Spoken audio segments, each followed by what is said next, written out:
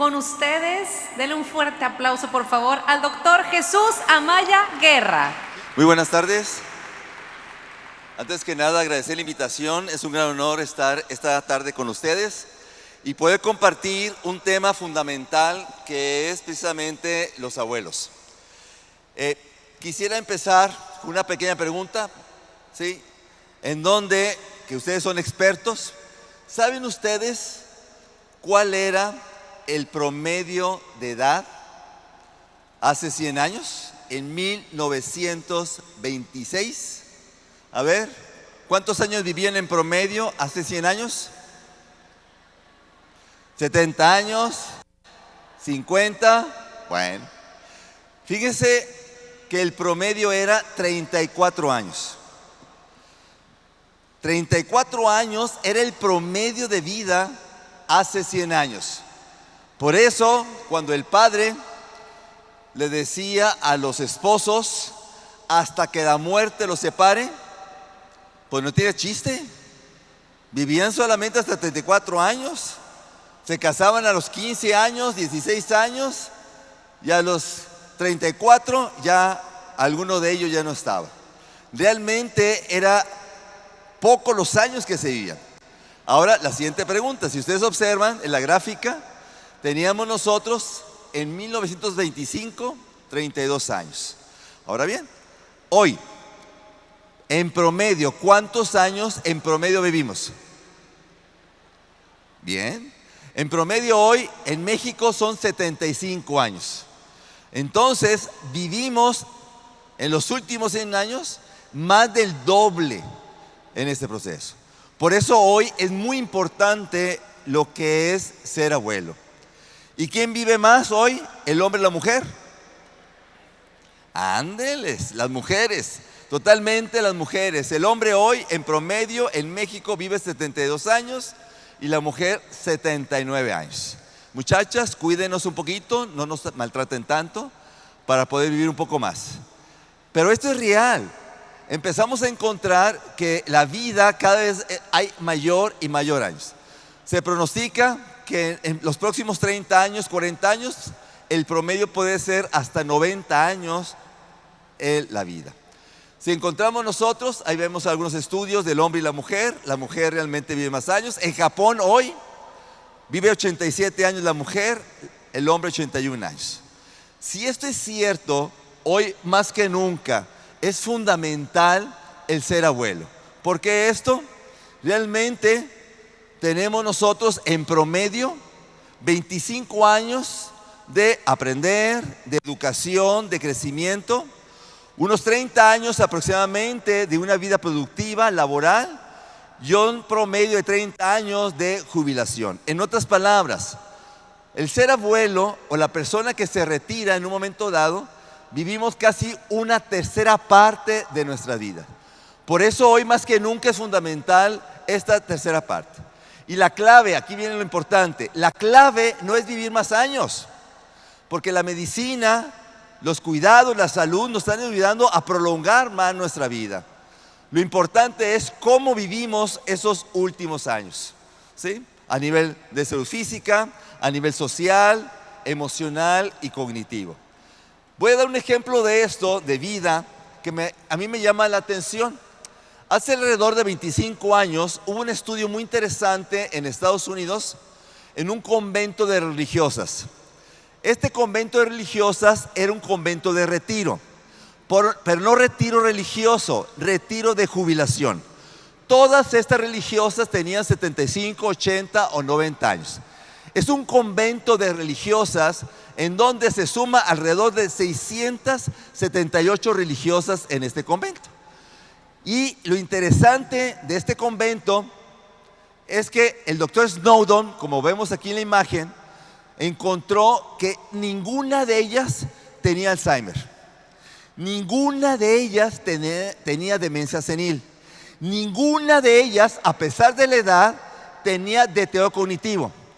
Y empezó a investigar y encontró la primera causa, el primer motivo por los cuales estas religiosas vivían muchos años y en forma muy saludable. La razón es, ninguna de ellas tiene marido. Muchachas, cuiden por favor en eso, no se crean. Lo que encontró en este estudio el doctor Snowdon es que realmente ellas vivían plenamente su vida. Ahí está el libro del doctor Snowdon, si a alguien le interesa, ahí vienen todos los hallazgos, estudios, el por qué estas religiosas realmente vivían plenamente, ¿sí? A pesar de tener 70, 80 y más años. Y lo que encontró fue lo esencial. Primero, aprendían cosas nuevas, aprendían a cocinar, aprendían idiomas extranjeros, aprendían a tocar el piano, algo que no habían aprendido antes, lo adquirían. Y otro elemento fundamental que encontró el doctor Snowdon, como ustedes observan, es el sentido. Estas religiosas, a pesar de la edad, tenían un sentido de vida fundamental de su existencia.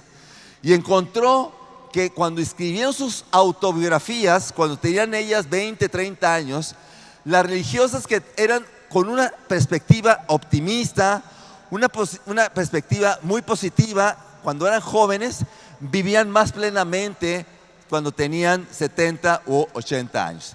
Y vemos algunos ejemplos de este estudio con el doctor Snowdon, con algunas religiosas, y fundamental. ¿Qué significa? Que la tercera edad es todavía un proceso de aprendizaje, es un proceso de crecimiento todavía. Este estudio es muy interesante, realizado por el doctor Howard Friedman.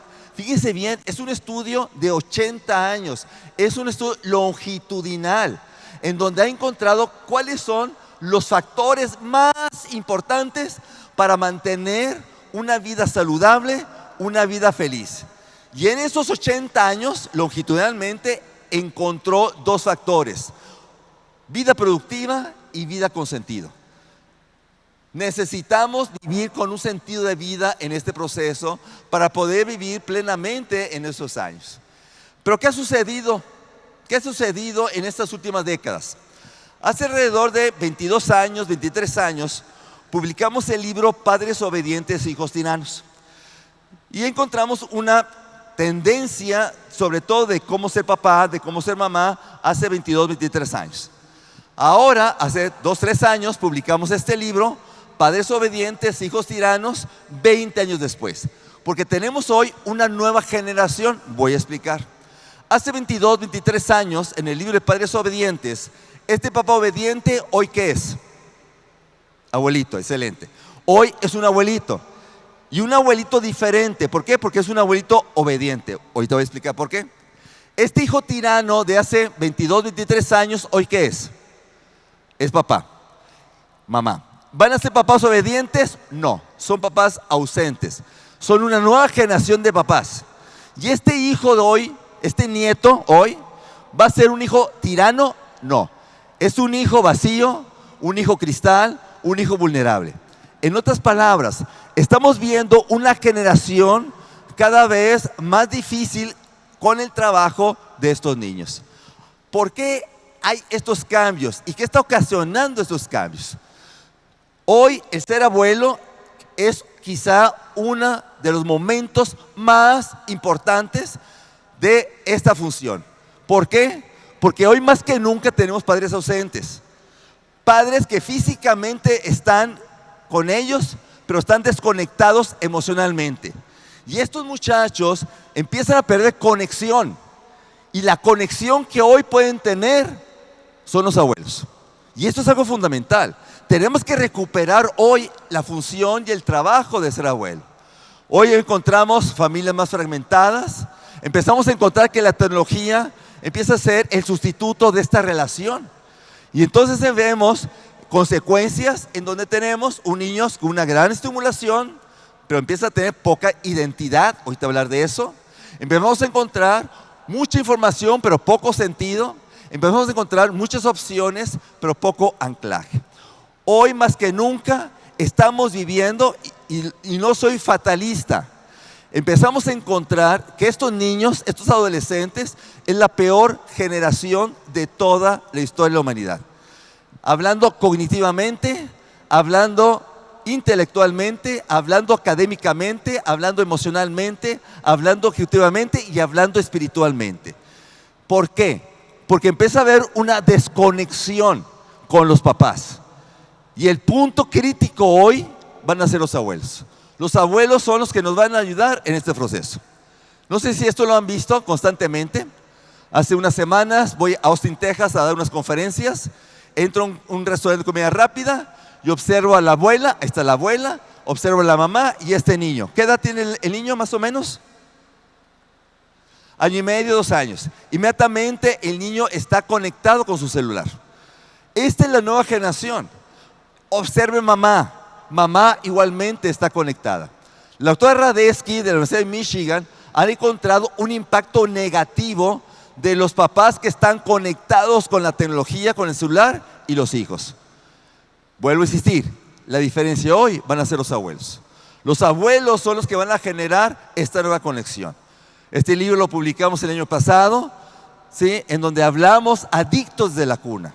Ya estamos hablando de niños de menores de 1 año enfrente de una pantalla. Y empieza a ver ya consecuencias cuando el niño tiene 3, 4 años. No en la adolescencia. Todavía cuando el niño es pequeño ya empezamos a observar grandes cambios cognitivos y emocionales de estos chicos. Y vuelvo a insistir, el proceso es que empieza a ver estos padres ausentes. Algo interesantísimo. La Organización Mundial de la Felicidad cada año evalúa al mundo de cuáles son los países más felices del mundo. Ya he encontrado en el último año, en los últimos 2 años, que la generación, la edad más triste en el mundo son los adolescentes. Si yo les pregunto a ustedes, ¿cuáles fueron nuestros mejores años? Y probablemente haya sido secundaria, probablemente haya sido preparatoria. Disfrutábamos tremendamente esos momentos y ese periodo. Hoy es la generación más triste. Es una generación que no tiene sentido. Es una generación que se empieza a perder en el mundo. Este estudio me impacta. Observen la línea azul, en donde es no disfruto la vida. Muchachos de secundaria y muchachos de preparatoria. 1991, más o menos el 22% de estos muchachos no disfrutaban la vida. Hoy, año 2023, el 50% de estos muchachos han perdido ese sentido. Por eso hoy empezamos a vivir en este libro que publicamos precisamente el año pasado, la anedonia. La anedonia es sin placer, la anedonia es sin motivación, la anedonia es sin sentido de vida en este proceso. Y empezamos a encontrar que mucho tiene que ver esta tecnología, esta desconexión con los papás, ¿sí? Y los estudios son claros. El proceso es crítico en ese desarrollo de poder encontrar precisamente esta identidad y este desarrollo. Y hoy vemos una gran cantidad de muchachos que no encuentran ni el proceso del trabajo, ni cuando están trabajando generan este proceso de sentido de vida. Y este libro lo vamos a publicar en 2 meses más, en donde vimos una generación sin vocación, una generación con poca vocación. ¿Reconocen esto? Bien. Esto ha surgido en las últimas semanas. Ustedes dicen, es que es falso, es que es algo virtual, es algo que no existe. Efectivamente, es algo que no existe. Sin embargo, como están en las redes sociales, un muchacho que no tiene conexión, un muchacho que no tiene identidad, como lo hemos estado comentando, un muchacho que no tiene sentido de pertenencia a la familia, pues esto va a generar un elemento de conexión, de entendimiento. Como no tengo identidad, me va a ayudar, ahora sí, a saber quién soy. Entonces, ¿qué encontramos? Cuando los jóvenes no tienen raíces, fíjense bien, cuando los jóvenes no tienen raíces, se enfrentan, se aferran a cualquier cosa que les prometa su identidad. Por eso hoy tenemos un alto riesgo de muchachos que empiezan a identificarse con algo que no son, porque es algo que ellos sienten. Este libro lo publicamos hace 3, 4 años. Este libro es un libro que proyecta. Hace 3, 4 años nosotros empezamos a analizar si sigue esta generación de desconexión con los papás, estos muchachos van a vivir un problema serio de quiénes son y hacia dónde van. Y este punto es esencial, porque hoy y aquí viene este libro que vamos a publicar dentro de poco, Los abuelos con raíces, padres con propósitos, hijos con sentido de vida. Es un elemento en donde tenemos ahora que entrar. Si hoy los papás están ausentes, si hoy los papás no están conectados con sus hijos, los abuelos no van a estar. Y si los abuelos no entran en este trabajo, y si los abuelos no cumplen su función de dar identidad, dar sentido de pertenencia, vamos a tener una generación totalmente perdida. Por eso hoy los abuelos son un pilar fundamental de pertenencia. Hoy te voy a explicar por qué. Es un pilar fundamental de identidad, los abuelos hoy. Es de regulación emocional y sobre todo de sentido de vida. Estos son los abuelos. Y por eso tenemos que incorporar a los abuelos en este proceso. Y no solamente que los abuelos hoy mantengan financieramente a los nietos o a los hijos adultos, que es lo que está pasando.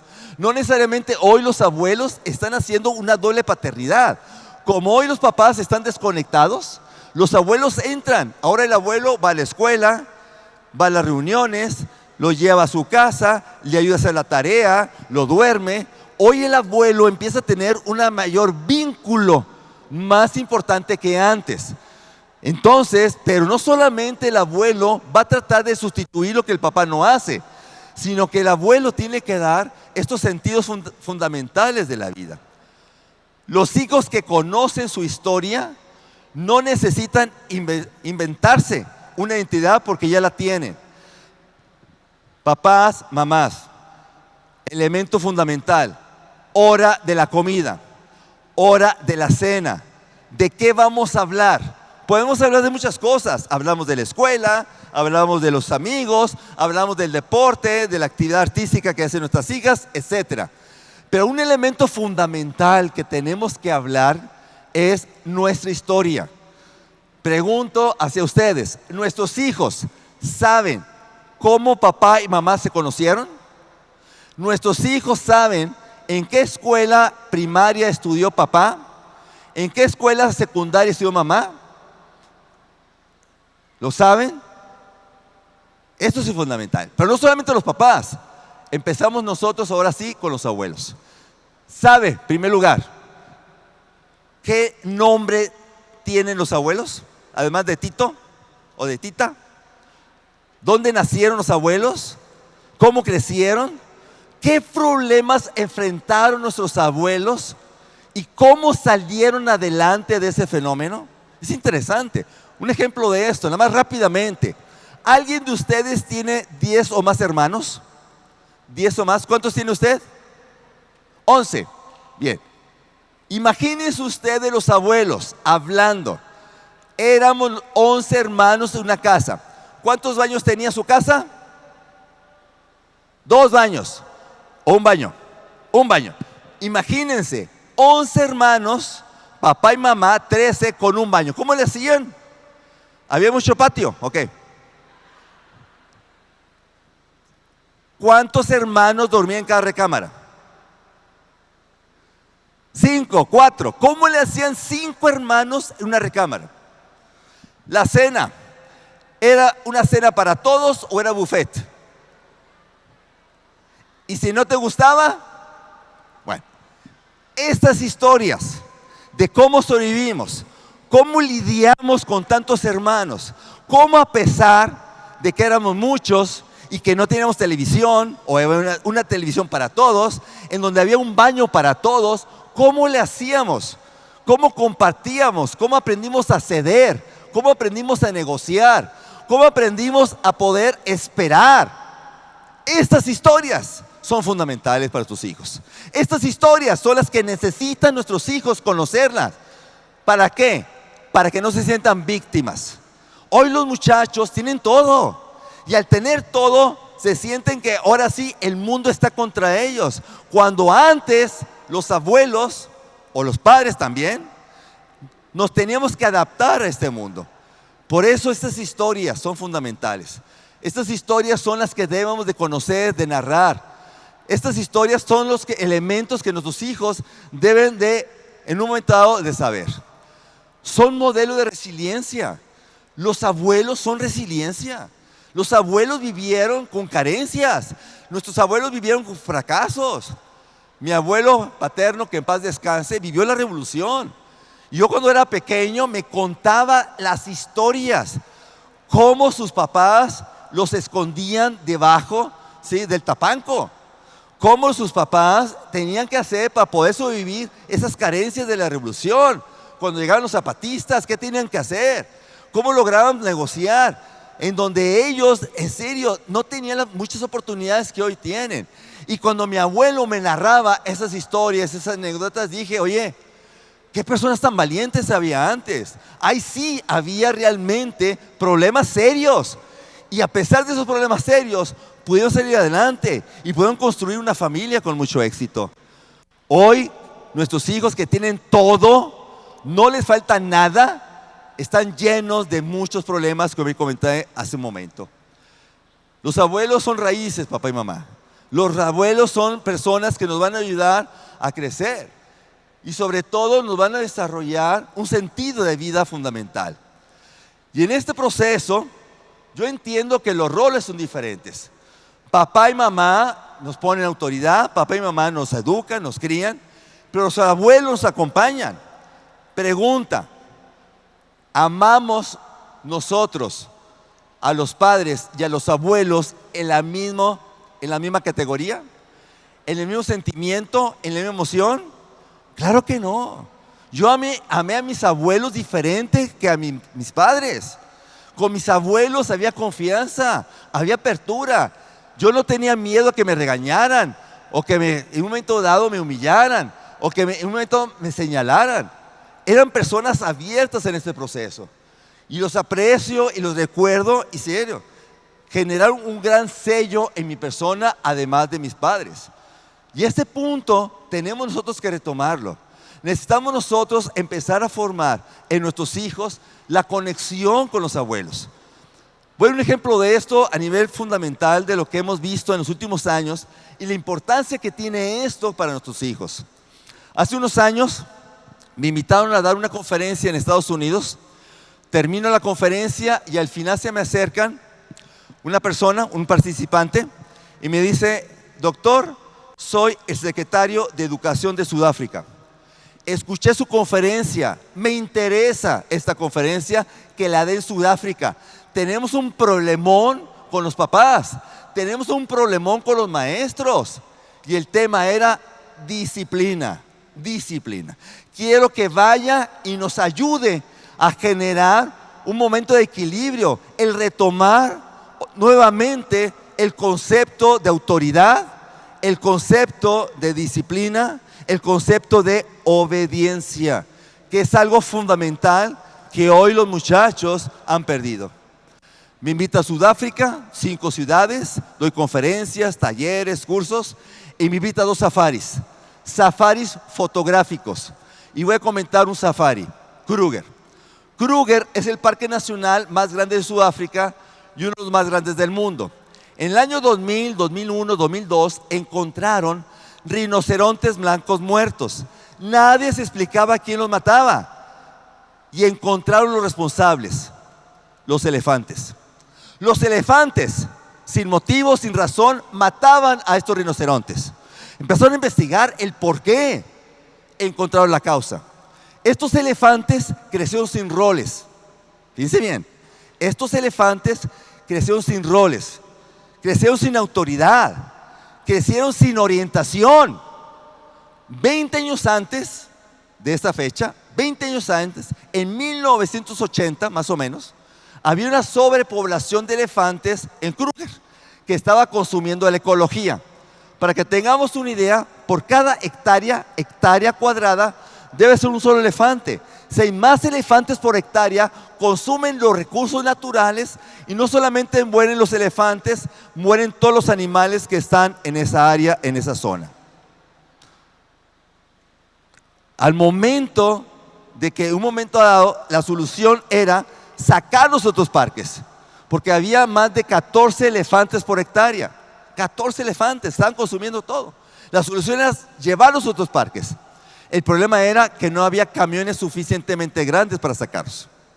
Y la solución, ¿cuál fue? Matarlos.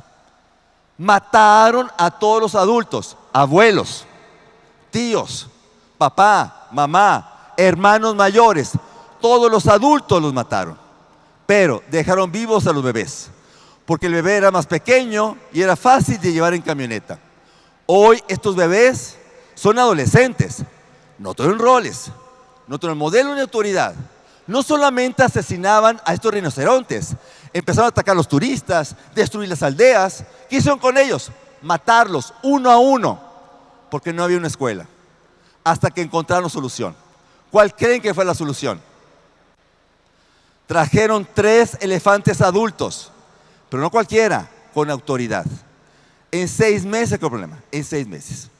Nuestros hijos necesitan elefantes adultos que podamos acompañar, que podamos amar, que podamos jugar, que podamos escuchar, que podamos dialogar y que podamos corregir con respeto. Hoy necesitamos más que nunca elefantes adultos que nos ayuden a esta orientación, porque está creciendo una generación de elefantes adolescentes que realmente está destrozando o se está destrozando ellos mismos. 2 ejemplos, y ya termino, me estoy acercando al final. 2 ejemplos aquí en Monterrey. Voy al canal de Santa Lucía, caminando por la orilla del río, observo un niño de 9 años, pregunté la edad, 9 años, comiendo una paleta de dulce. Agarra la paleta, le quita el papel, empieza a chupar la paleta y el papel lo tira al piso, lo tira. La mamá ve que lo tira y no dice nada. Medio metro, un bote de basura. El niño no tiró el papel a la basura. Y el doctor Amaya, metiche como siempre, metiche. Le digo al niño, hay que educar al niño, hay que educarlo. Amigo, un favor, amigo. Recoge el papel que tiraste y tíralo a la bote de basura. La mamá me escucha y se me viene como fiera, me empieza a gritar y con el pie empezó a patear el papel, lo pateó y lo tiró al río. La mamá tiró el papel al río, con ganas de agarrarla y también al río a la mamá. Último ejemplo, y con eso termino, ya estoy en punto de terminar. Semana Santa antepasada, perdón por comercial, playa, amanecer, desayunando, hermoso. Llega un papá con 2 niñas, 8 y 10 años. La niña de 8 años está sentada en la mesa, aburrida, agarra una servilleta de papel, hace una bolita, más papel, más servilleta, y hace una bolita grande de papel y la tira a la playa. El papá ve y no dice nada. Y otra vez, el metiche como siempre. Le digo a la niña, le digo, princesita, te pido un favor, recoge el papel que tiraste a la playa. El papá me escucha y me dice, si a usted le molesta, usted tírelo, usted recójalo. Esa es la generación. Necesitamos nosotros, abuelos, que nos ayuden a orientar, no solamente a los nietos, a los papás. Yo entiendo que la crianza ha quedado en su lugar, o sea, el abuelo ya no tiene, en serio, la función de criar, aunque lo están criando. Pero el abuelo es la base, la raíz, que sin ellos hacemos una vida familiar mucho más difícil. Con esto quiero terminar agradeciéndole la invitación, su asistencia, deseando lo mejor. Levante la mano, lo más los abuelitos. Los abuelitos, levanten un aplauso aquí todos los abuelitos. Felicidades. Ustedes son la raíz y el centro de la familia. Mucho éxito y lo mejor. Hasta pronto. Luego.